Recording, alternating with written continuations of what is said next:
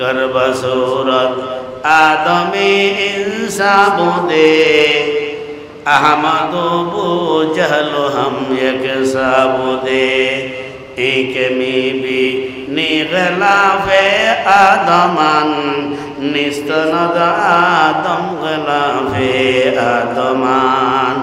ओ दुनियार मानुष যে দেহের মধ্যে চক্ষু পাওয়া যায়, কান পাওয়া যায়, নাক পাওয়া যায়, হাত পাওয়া যায়, পা পাওয়া যায়, যে দেহের ভিতর আকল পাওয়া যায়, রূহ পাওয়া যায়, যে দেহের ভিতর আকাশ পাওয়া যায়, যে দেহের ভিতর কলব পাওয়া যায়, সেই মানুষ বরাবর হতে পারে না মুহাম্মদের সাথে।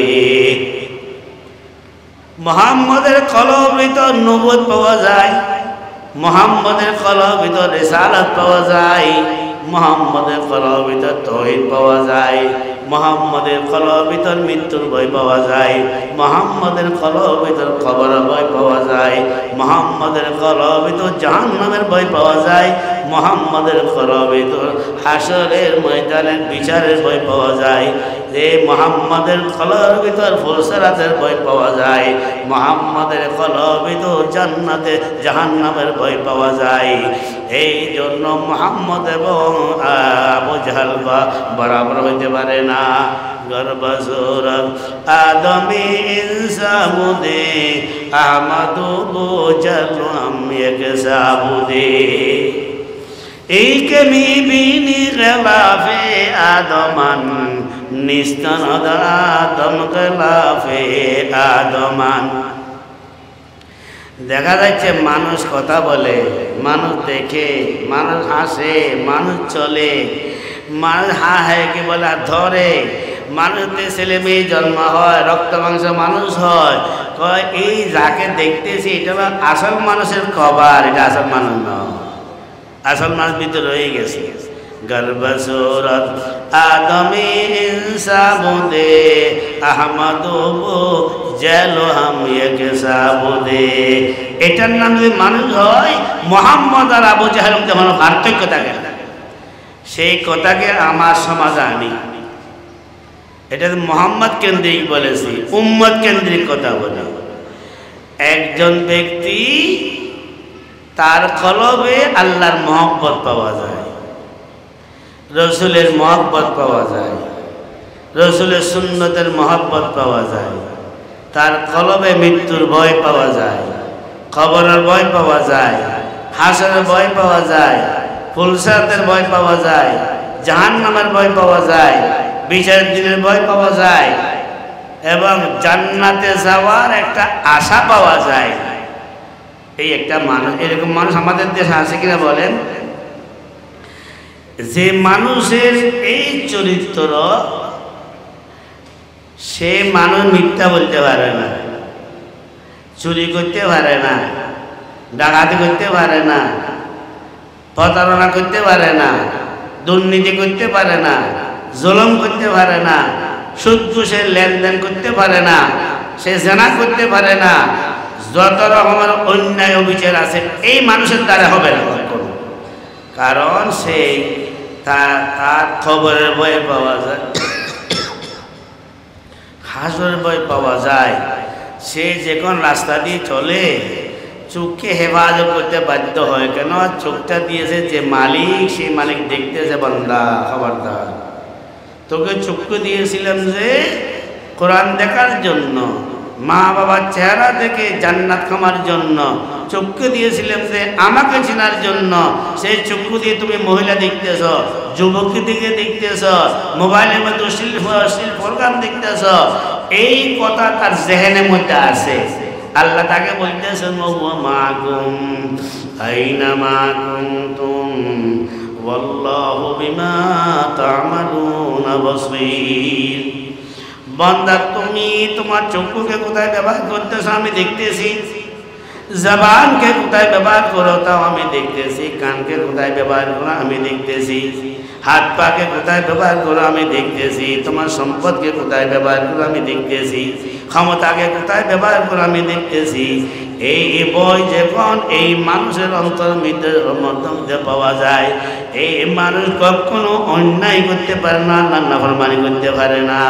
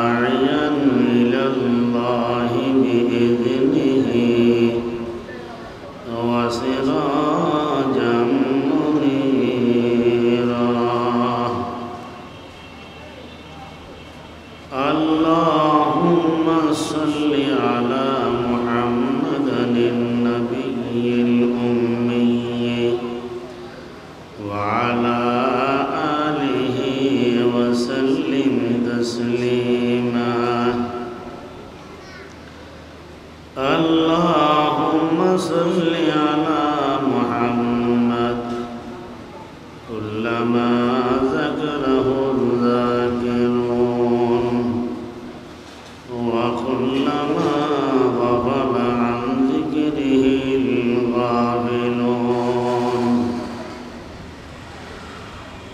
أما بعد فأعوذ بالله من الشيطان الرجيم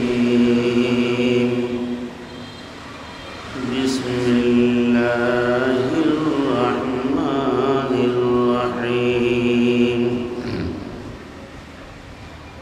وننزل من القرآن ما هو شفاء ورحمة للمؤمنين ولا يزيد الظالمين إلا خسارا وقال صلى الله عليه وسلم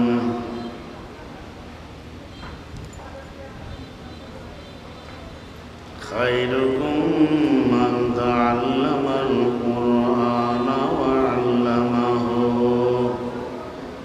أو كما قال صلى الله عليه وسلم سبحانك لا علم لنا إلا ما علمتنا إنك أنت العليم الحكيم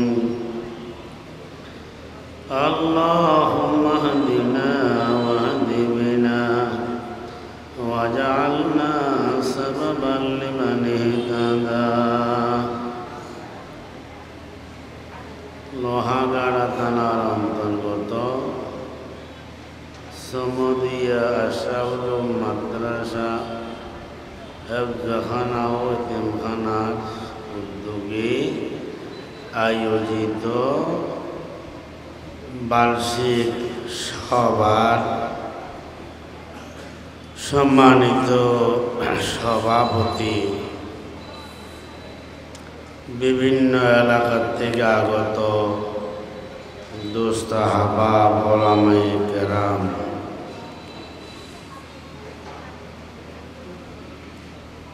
সভা বছরে একবার হয়, প্রতিদিন জলসা হয় না।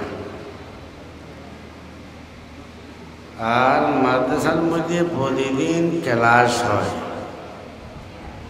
দরস হয়। সারা জলসা এটা একটি দরস, এটা একটি সবক। আমাদের পটিয়ার প্রতিষ্ঠাতা খুতবে জামা মুফতি আইজুল হক সাহেব রহমতুল্লাহি আলাইহি বলতেন যে আমাদের দরসের দুইটা ধরন আছে। একটি সবক হলো নিয়মিত ছাত্ররা পড়ে, আর একটি সবক হলো বছরে একবার যারা মাদ্রাসার মধ্যে বিভিন্ন সময় অনুদান দিয়ে থাকে, জাকাতের অনুদান দিয়ে থাকে, সাঁজার অনুদান দিয়ে থাকে, ছেলে মেয়েকে পড়াইতে দিয়ে থাকে, ওই সমস্ত দোস্ত আহবাবকে বছরে একটি সবক দেওয়ার নাম হলো সালানা জলসা। তাহলে আপনার যারা আসছেন একথা বুঝতে হবে, এখানে এক এক হুজুরের পক্ষ থেকে এক একটি দরস দেওয়া হচ্ছে, সবক দেওয়া হচ্ছে। এই সবক এটা দুনিয়া কেন্দ্রিক নয়, যে ক্লাসে বসলে দুনিয়া পাওয়া যায়, যে ক্লাসে বসলে প্রফেসর থেকে মাস্টার থেকে দুনিয়ার জ্ঞান বিজ্ঞান অর্জন করা যায়, এই ধরনের ক্লাস এখানে নয়। যে ক্লাসে বসলে ডাক্তার হওয়া যায়,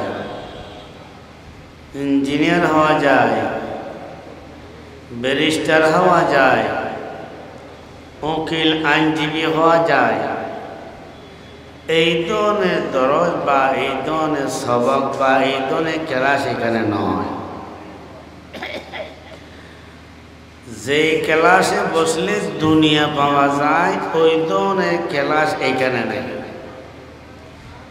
দুনিয়া পাওয়া যায় যে এরকম শিক্ষা নিতে হলে ওই দুনিয়া কেন্দ্রিক শিক্ষায় যেতে হবে।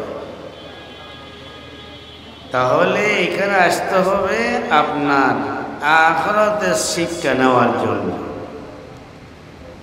এখানে আসতে হবে আপনি এমন কিছু আমলের শিক্ষা নেওয়ার জন্য যে আমলগুলো করলে আপনার মৃত্যু দামি হবে, কবর দামি হবে, কিয়ামত দামি হবে, কিয়ামতের দিবসে আপনার বিচার সহজ হবে, ফুলসিরাতের মতো সংকটের বিপদ থেকে আপনি বাঁচতে পারবেন, জাহান্নামের থেকে মুক্তি অর্জন করতে পারবেন, জান্নাতে প্রবেশ করতে পারবেন।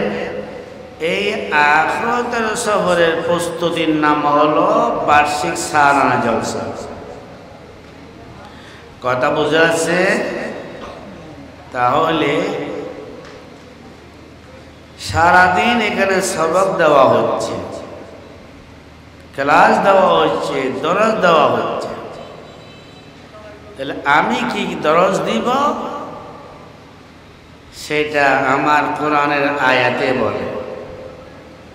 কোরআনের যে আয়াত আমি তেলাওয়াত করেছি এই আয়াতে আমাকে বলছে আপনি মানুষের উদ্দেশ্যে বলুন রোগের চিকিৎসা করতে হবে। কিসের দরজ ভাই? রোগের বলেন চিকিৎসা করতে হবে। একজন রোগী যদি নিজকে রোগী হওয়া সত্ত্বেও রোগী মনে না করে তার নিশ্চিত মৃত্যু হবে কি না, সেই রোগীকে ডাক্তারের কাছে নিতে হবে। প্রেসক্রিপশন তার রক্ত এবং প্রস্রাব বিভিন্ন পরীক্ষা দেওয়ার পরে একটা প্রেসক্রিপশন দেওয়া হবে, সে মোতাবেক সে চলবে। সেই মোতাবেক যদি চলে হয়তো শেফা পাইতে পারে, তাও এখনই নয়, নিশ্চিত নয়। তাহলে রোগীর কাজ হলো ডাক্তারের কাছে গিয়ে চিকিৎসা নেওয়া। এই চিকিৎসা যদি না নেয়, অবহেলা করে, তাহলে তার পরিণাম হবে মৃত্যু। আর কোনো অন্য কোনো সমস্যা না, একটাই সমস্যা, তার মৃত্যু হবে। আমাদের দুনিয়ার মানুষ এই কথা বোঝায়, রোগী হলে ডাক্তারের কাছে যেতে হবে, ডাক্তারের কথা মোতাবেক চলতে হবে, তারপরে সে রোগের থেকে ভালো হতে পারে, তাও নিশ্চিত নয়। আল্লাহ ভালো করলে হবে, না হয় হাজারো চেষ্টা করলেও ভালো হওয়ার কোনো গ্যারান্টি নেই। বলেন তো দেখি, এই চিকিৎসার সম্পর্ক কার সাথে? আমি মানুষ হিসেবে আমার মধ্যে দুইটা অংশ আছে। একটি অংশ দেখা যায়, আরেকটি অংশ দেখা যায় না। যে অংশটি দেখা যায় সেই অংশের নাম হলো দেহ। এই দেহের মধ্যে যা কিছু আছে, ধরার জন্য দুইটা হাত আছে, চলার জন্য দুইটা পা আছে, দেখার জন্য দুইটা চক্ষু আছে, শোনার জন্য দুইটা কান আছে, ঘ্রাণ নেওয়ার জন্য দুইটা কি বলে আমার নাক আছে, আর চকার জন্য আমার জবান আছে, যাকে বলে পঞ্চ ইন্দ্রিয়। এগুলো আমার শরীরের ভিতর আছে। তাহলে আমার শরীরের রোগ, চোখের মধ্যে রোগ হলে চোখে ডাক্তারের কাছে যাব,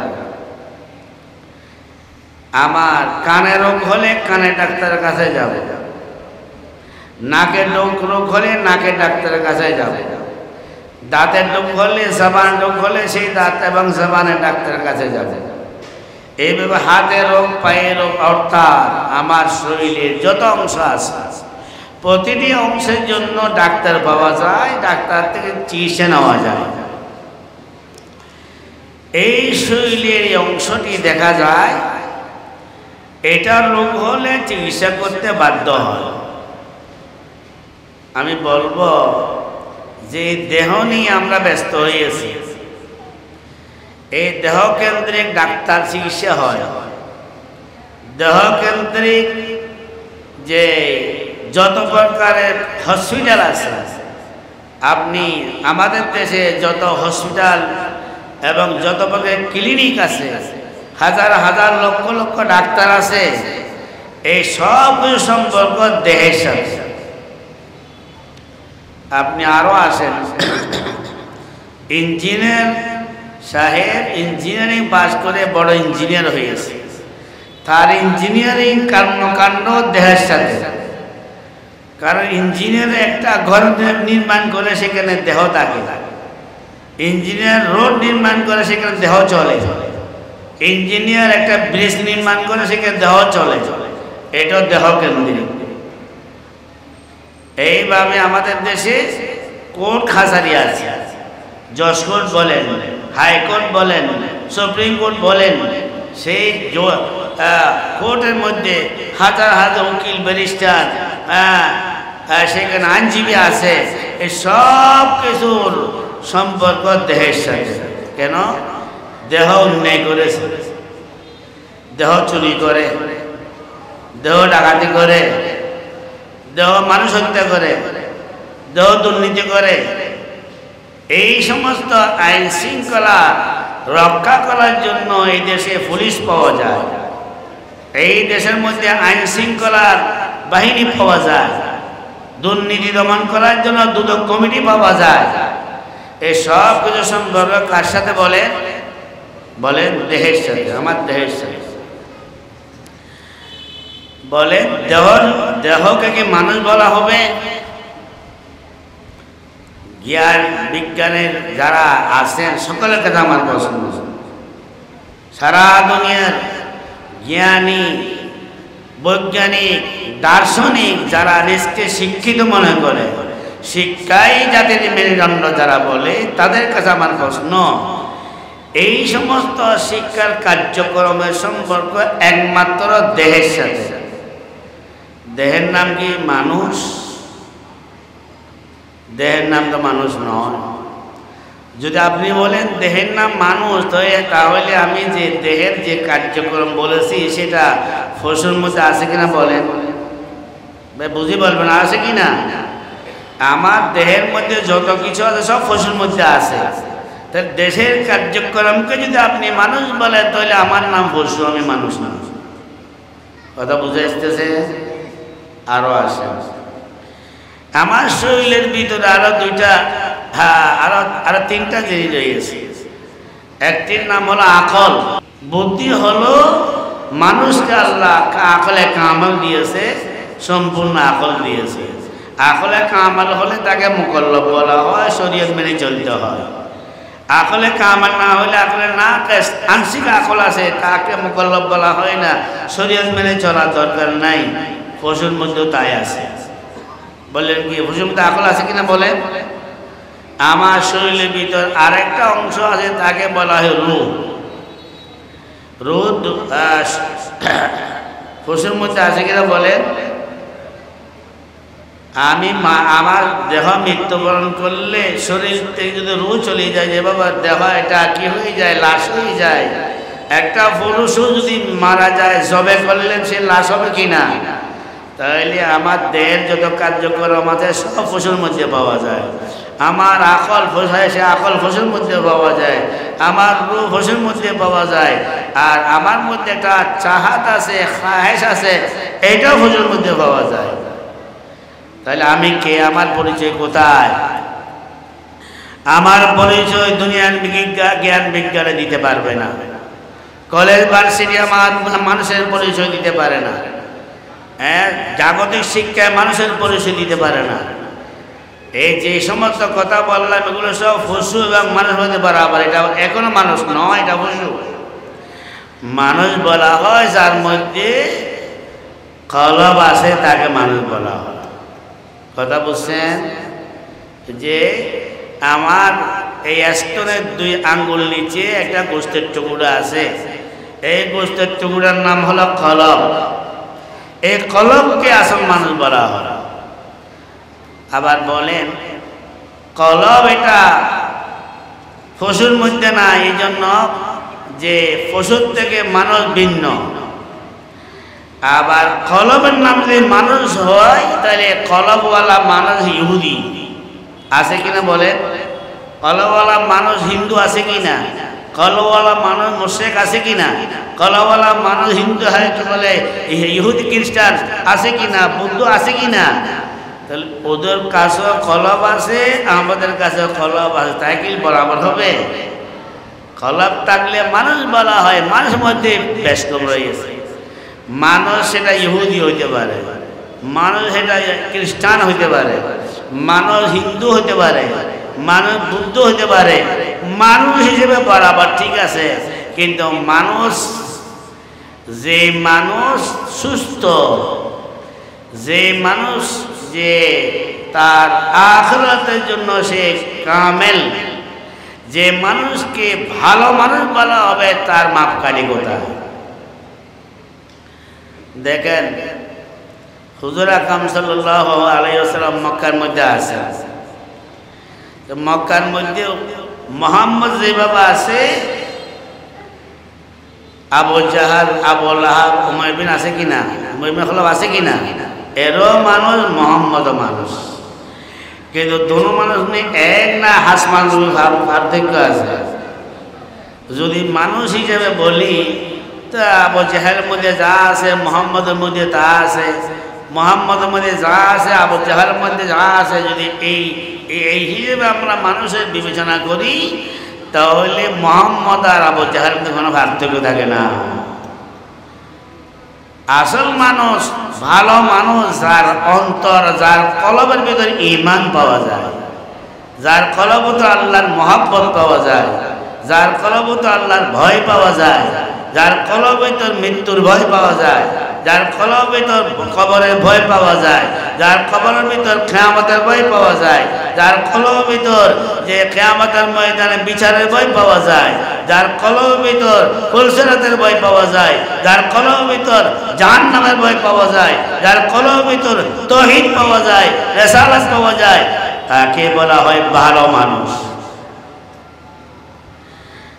যে কলবের ভিতরে দুনিয়ার মহব্বত পাওয়া যায়, শিরিক পাওয়া যায়, নবুয়ত রিসালাতকে বিশ্বাস করে না, আল্লাহকে মানে না, নাস্তিক, এরাও মানুষ, কিন্তু এরা হলো খারাপ মানুষ। তাহলে আসল মানুষ, নকল মানুষ, ভালো মানুষ, খারাপ মানুষের পার্থক্য রয়ে গেছে। যার কলবের ভিতর এই গুণগুলো পাওয়া যাবে তাকে বলা হবে আসল মানুষ। যার কলবের ভিতর এই ধরনের শয়তানি কার্যক্রম পাওয়া যাবে তাকে বলা হবে খারাপ মানুষ।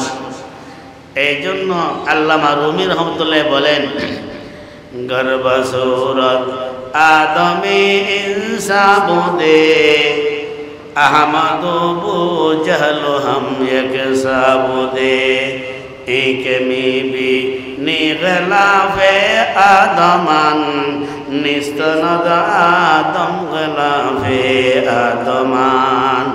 ও দুনিয়ার মানুষ, যে দেহের মধ্যে চক্ষু পাওয়া যায়, কান পাওয়া যায়, নাক পাওয়া যায়, হাত পাওয়া যায়, পা পাওয়া যায়, যে দেহের ভিতর আকল পাওয়া যায়, রূহ পাওয়া যায়, যে দেহের ভিতর আকাশ পাওয়া যায়, যে দেহের ভিতর কলব পাওয়া যায়, সেই মানুষ বরাবর হতে পারে না মুহাম্মদের সাথে।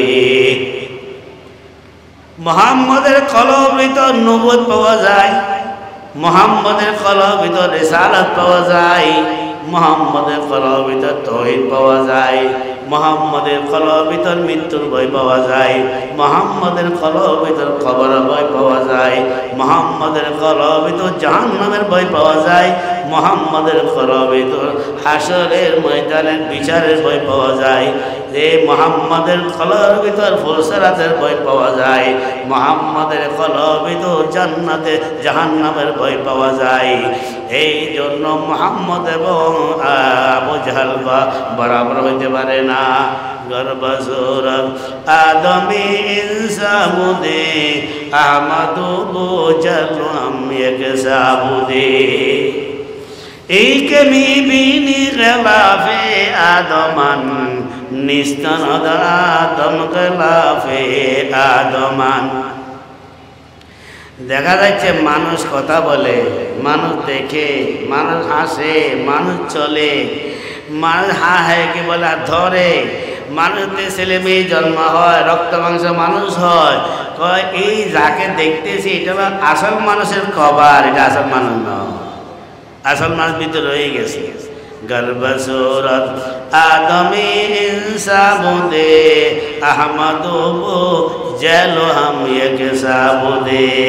এটার নাম যদি মানুষ হয়, মুহাম্মদ আর আবু জাহেল যেমন পার্থক্য থাকে, সেই কথাকে আমার সমাজে আনি। এটা মুহাম্মদ কেন্দ্রিক বলেছি, উম্মত কেন্দ্রিক কথা বলি।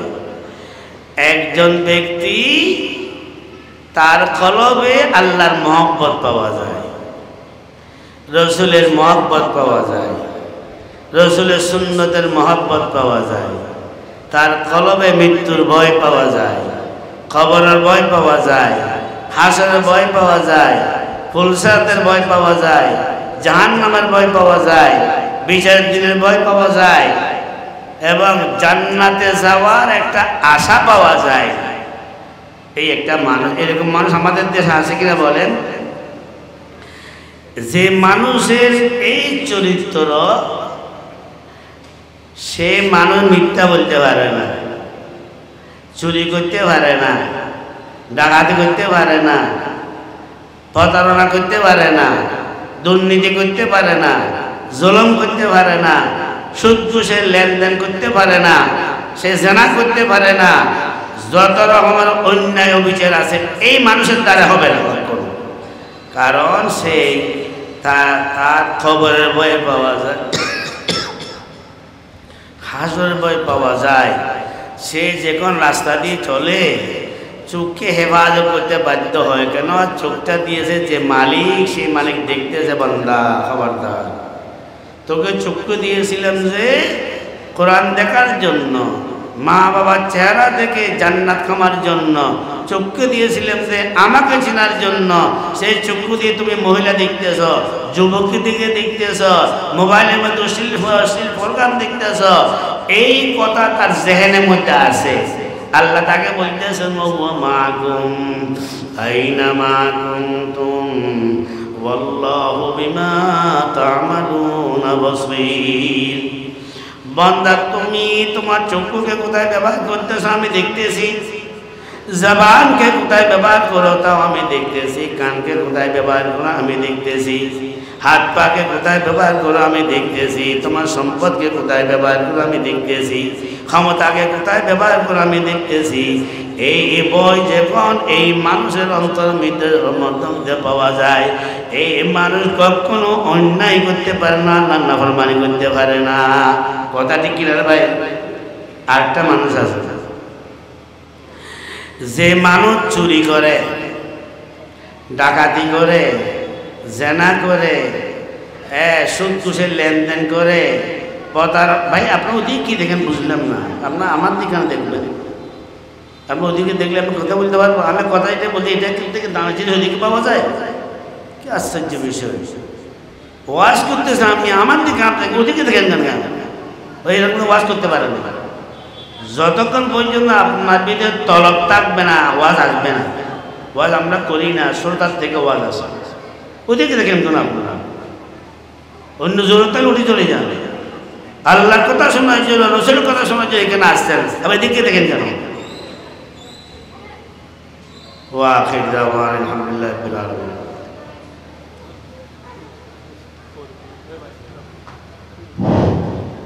সম্মানিত হাজিরিন, প্রতি বছরের ন্যায় এবছরও 7 জন হেফজ সমাপ্তকারী ছাত্রদের প্রাকী পড়া অনুষ্ঠান এখন আরম্ভ হতে যাচ্ছে। সম্মানিত হাজিরিন, 1 নম্বর হাফেজ মোহাম্মদ আবু হানিফ, পিতা সমাদি আশরাফুল মাদ্রাসা সিনিয়র মুহাদ্দিস ও প্রধান শিক্ষা পরিচালক আবু মুসা আল আরিফানি। 1 নম্বর হাফেজ মোহাম্মদ আবু হানিফ। 2 নম্বর হাফেজ মোহাম্মদ সাইদ, পিতা মরহুম আহমদ সাফা, সাতকানিয়া লোহাগাড়া চট্টগ্রাম। 2 নম্বর হাফেজ মোহাম্মদ তামিম ইকবাল, পিতা মোহাম্মদ মাসুমিয়া, লোহাগাড়া চট্টগ্রাম। 3 নম্বর হাফেজ মোহাম্মদ মাহফুজ, পিতা মোহাম্মদ জাকির হোসেন, সাতকানিয়া চট্টগ্রাম। 4 নম্বর হাফেজ মোহাম্মদ ফাহিম, পিতা নাজিমউদ্দিন, লোহাগাড়া চট্টগ্রাম। 5 নম্বর হাফেজ মোহাম্মদ জুবাইর, পিতা মোহাম্মদ জাকারিয়া, লোহাগাড়া চট্টগ্রাম। 7 নম্বর হাফেজ মোহাম্মদ হামিদ, পিতা মুজাম্মেল হক, লোহাগাড়া চট্টগ্রাম। আপনারা শুনলে অবাক হবেন, আমাদের হেফজখানার মধ্যে বর্তমান ছাত্র শিক্ষক একজনের পিছনে 20 জন করে ছাত্র এবং 3 বেলা খানার ব্যবস্থা, আধুনিক পরিবেশে স্বল্প খরচে হাফেজ গড়ার কারিগর, হাফেজ গড়ার প্রতিষ্ঠান সমাদি আশরাফুল মাদ্রাসা। অতএব আপনারা সকলে একজন একজন করে এখানে হেফজখানার মধ্যে ছাত্রছাত্রী দিবেন। আলহামদুলিল্লাহ রাব্বিল আলামিন ওয়াসসালাতু ওয়াসসালামু আলা সাইয়্যিদিল আমবিয়া ওয়াল মুরসালিন। রব্বানা যালামনা আনফুসানা ওয়া ইন লাম তাগফির লানা ওয়া তারহামনা লানাকুনান্না মিনাল খাসিরিন। রব্বানা আতিনা ফিদ দুনিয়া হাসানা ওয়া ফিল আখিরাতি হাসানা ওয়া কিনা আযাবান নার وادخلنا الجنة مع الأبرار يا عزيز يا غفار يا رب العالمين। আয় আল্লাহ, গুনাহ খাতা মাফ ফরমাও, সমস্ত গুনাহ থেকে তওবা করতেছি মওলা, আমাদের তওবাকে কবুল ফরমাও। আয় আল্লাহ, সাগর মতো গুনাহ নিয়ে, আয় আল্লাহ পাহাড়ের মতো গুনাহ নিয়ে, আসমান বর্দি জমিন বর্দি গুনাহ নিয়ে মওলা তোমার দরবারে তুলেছি। মেহরবানি করে দয়া করে আমাদের সকলের গুনাহ থেকে মাফ করে দাও। ও আল্লাহ, আমাদের মা বাবা দাদা দাদি নানা নিসারি ভাই বোন ওস্তাদ আহবাব ওস্তাদ মুর্শিদ সকলের গুনাহ থেকে মাফ করে দাও। সমস্ত মুসলমানের গুনাহ থেকে মাফ করে দাও। সমস্ত মুসলমানের জান মাল টাকা পয়সা ইজ্জত আবরু দিন ইমান সহি সালামত রাখো। আয় আল্লাহ, এই মাহফিলকে কবুল ফরমাও। এই মাহফিলের মধ্যে যারা টাকা পয়সা দিয়ে অনুদান দিয়েছে তাদের অনুদানকে কবুল ফরমাও। আয় আল্লাহ, যারা এই মাহফিলের মধ্যে অংশগ্রহণ করেছেন তাদেরকে কবুল ফরমাও। আয় আল্লাহ, আশপাশের মুসলমানদেরকে কবুল ফরমাও। মাদ্রাসার ছাত্র শিক্ষককে কবুল ফরমাও। আয় আল্লাহ, সকলকে মুখলিসিন জামাতের মধ্যে অন্তর্ভুক্ত করিল। আয় আল্লাহ, মাহফিল উপলক্ষে আল্লাহ মাদ্রাসার ছাত্র শিক্ষক দীর্ঘদিন পর্যন্ত কষ্ট করেছে, আল্লাহ তাদেরকে জাযায়ে খায়র দান ফরমাও। যে সমস্ত মুরব্বীরা এখানে অংশগ্রহণ করেছেন আল্লাহ তাদের হায়াতের মধ্যে বরকত দান ফরমাও। যে সমস্ত ওয়াইজিন এখানে এসে ওয়াজ করেছেন তাদের মধ্যে ইখলাস দান ফরমাও। ও আল্লাহ, মাদ্রাসার সব জরুরতকে গায়বের খাজানাতে পুরা করে দাও, সব মুশকিলাতকে হল করে দাও, গায়বের দরজা খুলে দাও। আয় আল্লাহ, সমস্ত ফন্যকে আল্লাহ ইসলাহ করে দাও, তালিম তরবিয়তের জন্য মেহনত করনেওয়ালা বানাই দাও। আয় আল্লাহ, আমরা সকলে কলর ভিতরে আল্লাহ কোরআনের মহব্বত দান ফরমাও, আলেম উলামার মহব্বত দান ফরমাও। আয় আল্লাহ, তালেবান উলুমে নবুয়তের মহব্বত দান ফরমাও। এলাকার মুসলমানের কলর ভিতর এই মাদ্রাসার মহব্বত দান ফরমাও, মাদ্রাসার তো শিক্ষকের মহব্বত দান ফরমাও। এলাকার মহিলাদেরকে পর্দানসীন বানাই দাও, আই আল্লাহ এলাকার মহিলাদেরকে আল্লাহ সোয়াজে মুতাহারাতের মতো চরিত্র দান ফরমা। আই আল্লাহ এলাকার সমস্ত মানুষের মধ্যে মহাব্বত দান ফরমা। আদা বাদা দুশ্মনীকে কলব থেকে বাইর করে দাও। ও আল্লাহ আমাদের কলর ভিতর তোমার মহব্বত, তোমার নবী সহি মহব্বত দান ফরমা। আই আল্লাহ কলবত থেকে দুনিয়ার মহব্বত, পদের মহব্বত কলবত থেকে বাইর করে দাও। माल दौलत की हवस दिल से निकाल, दिल को बुरानवार कर आए जुल जलाल। আয় আল্লাহ আমাদের মহাব্বত কলবের ভিতর তোমার মহাব্বতের শরাব দান ফরমা। তোমার মহাব্বতের আগুন দিয়ে কলবের মধ্যে আগুন ধরাই দাও। আয় আল্লাহ তোমার মহাব্বতের সামনে দুনিয়ার মহাব্বতকে আল্লাহ খতম করে দাও। শরাবে মহাব্বত পিলা दे खुदाया, मोहब्बत के आतिश जला दे खुदाया, मोहब्बत में तेरी मिटा दे खुदाया, तेरे अगयारों से दिल छुड़ा दे खुदाया। आय अल्लाह बांग्लादेश के शांति देश बनाई दाओ, अशांति दूर करी दाओ, भालो एक सरकार उपहार दान करो। आय अल्लाह मुस्लिम विश्व अरब विश्व मक्का मदीना की हिफाजत फरमा। बार बार हज में शरीफें ज़ियारत नसीब फरमा। फिलिस्तीन अफगान कश्मीर भारतेर मुसलमानेर जान मालेर हिफाजत फरमा। आय अल्लाह मजलूमদের আহজানিকে কবুল ফরমা, জালেমদের বিচার করো। আয় আল্লাহ এই দেশের লক্ষ লক্ষ উলামায়ে কেরামের ইজ্জতের হেফাজত ফরমা, তালেবান উলুমে নবুয়তের হেফাজত ফরমা, দীনি মাদাজ কওমি মাদাজের হেফাজত ফরমা, মাসায়াত আর মারাকিজ ইসলামিয়ার হেফাজত ফরমা। আয় আল্লাহ সব মাদাজ তালিম তরবিয়তের হেফাজত ফরমা, তবলিগ জামাতের হেফাজত ফরমা।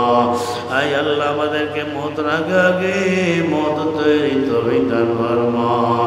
ও আল্লাহ কোন সময় মওত আসবে আমরা কেউ জানি না। আল্লাহ মওতের আগে মওতের প্রস্তুতি নেওয়ার তৌফিক দান ফরমা। ও আল্লাহ আমাদের মুরব্বীরা মকবুলে আজির মধ্যে শুয়ে গেছে। আয় আল্লাহ আমাদের ফাল্লা কখন আসবে তো জানি না। আয় আল্লাহ ঢাকা আসার আগে প্রস্তুত থাকার তৌফিক দান ফরমা আল্লাহ। আয় আল্লাহ অসুস্থ মানুষদেরকে সুস্থ দান ফরমা, মকরুজ মানুষদেরকে কজত থেকে মুক্তি দান ফরমা, দুশ্মনকে দুস্থ বানাই দাও। আয় আল্লাহ আমাদেরকে হারতে তুমি হেফাজত ফরমা, ব্যবসায়ীদেরকে হেফাজত ফরমা, ব্যবসায়ীদের ব্যবসার হেফাজত ফরমা, ব্যবসা গাছমে বলাছে বলাতে হেফাজত ফরমা। যারা দোয়ার জন্য বলেছেন আল্লাহ তাদের হকের মধ্যে দোয়া কবুল ফরমা। আল্লাহ যারা বলে নাই তাদের হকেও দোয়া কবুল ফরমা।